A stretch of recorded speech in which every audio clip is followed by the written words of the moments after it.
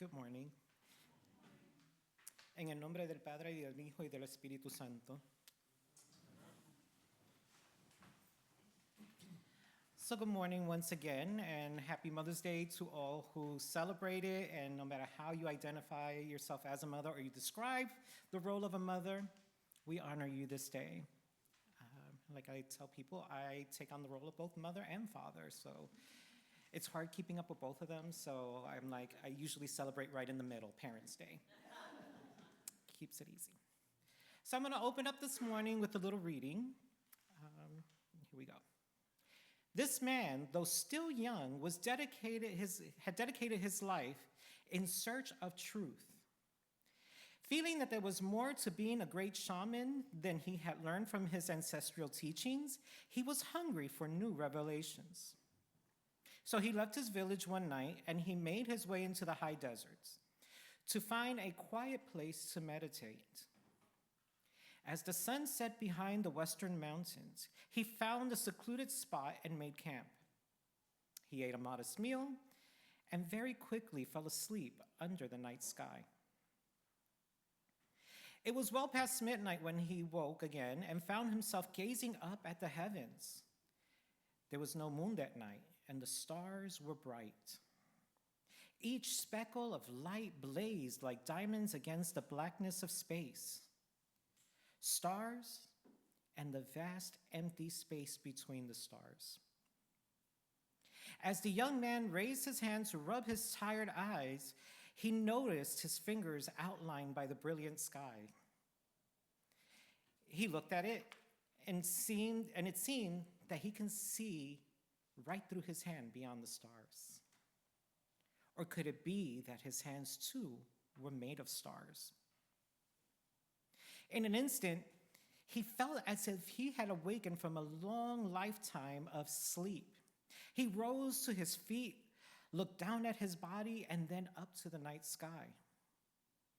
A smile of comprehension lit his face. I am made of stars, and the space between the stars, he said to himself. While he was processing that thought, it also occurred to him that the stars did not create light, as he assumed. Light created the stars. My entire body is made of light, he whispered. Everything is made of light. He saw the space between the stars were not empty, but filled with light. Light, he realized, contained all the information of life. His body, like all bodies, was indeed made of stars. All matter was made of atoms and brilliant spaces between. The universe is made of matter and a creative force of energy that makes life possible. This force was the truth of him, and it was the truth for all living beings. That night, in a sudden moment of inspiration, the medicine man saw himself in everything. He saw himself in every human, animal, insect, and tree. He saw himself in the forests, in the ocean, and in the meadows.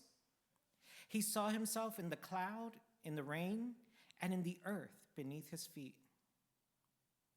He saw how life combined matter and energy to create countless manifestations of itself. I am life, he shouted to the glittering sky, and I see myself reflected in every human being. So I have just shared with you all an excerpt from the book Grief and Renewal by the beloved Mexican shaman and curandero, Don Miguel Ruiz, and his apprentice, Barbara Emery. I treasure his wisdom writings and teaching because they help me bridge the tradition between my two major heritages, Native Caribbean and Iberian, and to appreciate more the intersection in which I live in. They help me connect the dots between my inherited nature spirituality and my Christology. And this particular wisdom teaching by Don Miguel came to mind to me today as I was reading today's scriptures, particularly the gospel readings, which I'm now going to read to you from a translation recommended to me by you're not Brother Francis, by Father Justin, which is called the Source New Testament Translation by Dr. A. Nyland. And it reads, "If you love me, then you will keep my commandments. And I, for a fact, will ask the Father, and he will give you another one who is called to your side to help and encourage. And that one will be with you forever.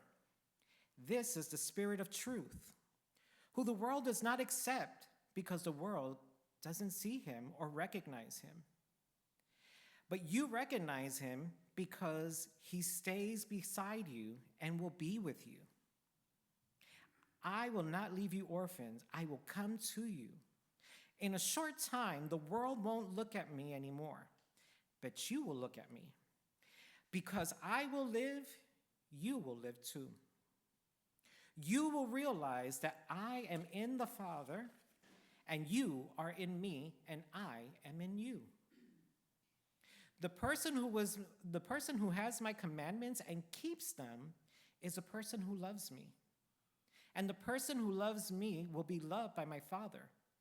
And I will love that person too and show myself to that person." So in saying so little, Jesus said so much. Those 6 verses were packed full of truths. And I'm going to start unpacking some of those, beginning with the statement that stood out the most to me. If you love me, you will keep my commandments. Love. A word used so loosely nowadays, including in church, so much so that I think it's losing its meaning. We use it as an adjective to describe a warm, fuzzy feeling or an excitement something can bring to us, like a new pair of shoes, a movie, or a favorite dish. Ooh, I love that haircut. I love that song. It just speaks to me. But I don't think that Jesus was using the word love as an adjective, simply because the statement was followed with love in action. Keep my commandments. Yep. What Jesus was talking about was not an adjective, but a verb. Just like, y'all bear with me here, you know me, I love my pop culture. Just like the old schoolhouse rock songs. Y'all remember those? How many of y'all remember? Okay, a few hands, I don't feel bad now. There was the one song about verbs. I don't know if y'all remember this one, the little verb superhero, where he would sing, "I get my thing in action, verb, that's what's happening." I love that one. But not just any kind of love, but a radical love. A love that he modeled to us, touching the leper and the bleeding woman when nobody else would. Hanging out with the sinners in public, going into those cities and hoods, healing the centurion's lover, or shall I say, his servant. A kind of radical love that takes risk for others, that risk arrest by calling out the religious leaders of his time and flipping over tables in the temple in protest of the exploitation of his Father's house and of the community. He loved in a way that went beyond most people's comfort zones. His love wasn't about taking a selfie while holding up a sign at a protest. His love took him into the lives of the people in a radical way, where he boldly went to where no man has gone before. No singers? What's up with that? During the fight for marriage equality, an ally I kind of knew told me, "I fought for you and your community. I walked in front of City Hall with a marriage equality sign." That was followed by quite an intense chat. And after that little chat, I reply, "Did you really do that for me? Or did you do that for yourself?" Are you really willing to stand with us when protesters are yelling and spitting in our faces and shouting harmful words of condemnation? Will you physically defend and protect us when we are being beaten for loving the person that we love or for dressing in drag? Are you willing to lose relationships with friends, with families, with business partners, all because they don't agree with your view and your support for us? Will you be willing to let your children play with ours? She stayed silent. She couldn't answer. Looked at her and I said, well, honey, if you truly want to be an ally, you better roll up your sleeves and get ready to get dirty with us because there's a long battle ahead. Radical love. A radical love that Jesus encourages in the Beatitudes. Blessed are the peacemakers, the merciful, those who mourn. A radical love that visits the prisoners, not just to hand them a pamphlet and call it a day, but to sit with them. Then sit with those who are mourning instead of offering thoughts and prayers. Of selling possessions and picking up our cross daily.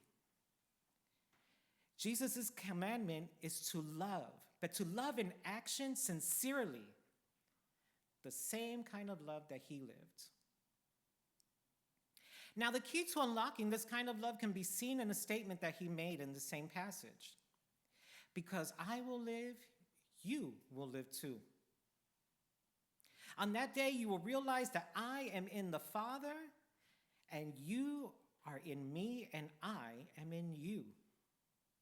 And this is what the young medicine man discovered that night. When he looked up into the sky and he saw himself in everything, in every human, in every animal, in insects and tree, in every forest, in every ocean, in every meadow, in the cloud, in the rain, and the earth beneath his feet. He saw how life combined matter and energy to create countless manifestations of itself. I am life, he shouted at the glittering sky. And I see myself reflected in every human being. This, my beloveds, is the mystery of our Holy Eucharist. Jesus in me in Jesus. The Father in the Son in me and in all. The Son and the Creator wrapped up in love. And when we recognize this, it leaves no room for the ins and the outs, for the clean, for the unclean, for the pure and for the profane, for the man, for the woman, for the black, for the white, for the gay, for the straight, for the rich or for the poor. It levels the playing field for all. We are all one in Christ, the creative force that breathed life into all matter, whose divine energy gives motion, emotion, and thought to all matter. By loving and caring for one another, we, and for ourselves, we can't leave that out, we are loving and caring for Christ, who is the life-giving energy that dwells in us all. There's a world out there that cannot see or know this creative force that connects us because they are still living in the matrix.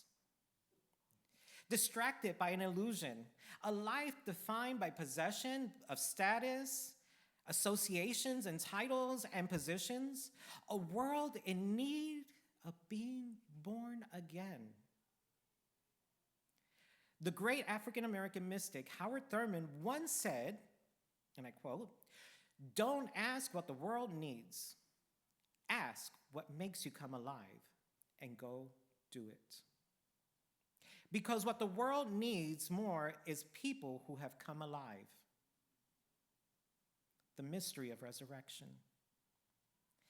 And when we come alive, people will thrive.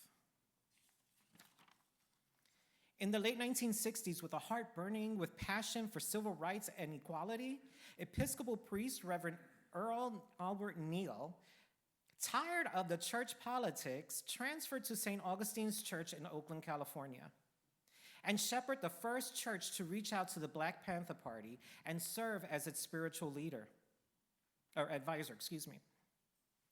He saw beyond the protests and the posters, and he saw the need of the community. He opened the church doors to let the Black Panthers address poverty in the Black community by starting a free breakfast program. Hundreds of children were now able to get a nutritious meal before going to school each day. They came alive, and the community thrived. If you love me, then you will keep my commandment. So, beloveds, we are living a time in this country where thoughts and prayers and posters and protests are not enough. Because like in the time of Jesus, the rulers of this country really don't give a rat's behind about anybody. Jesus is calling us to do as he commanded, to roll up our sleeves and to love radically, to continue to build God's beloved community in the face of oppression and of hatred. Don't ask what the world needs. Ask yourself what makes you come alive again and go do it. Because what the world needs is more people to come alive.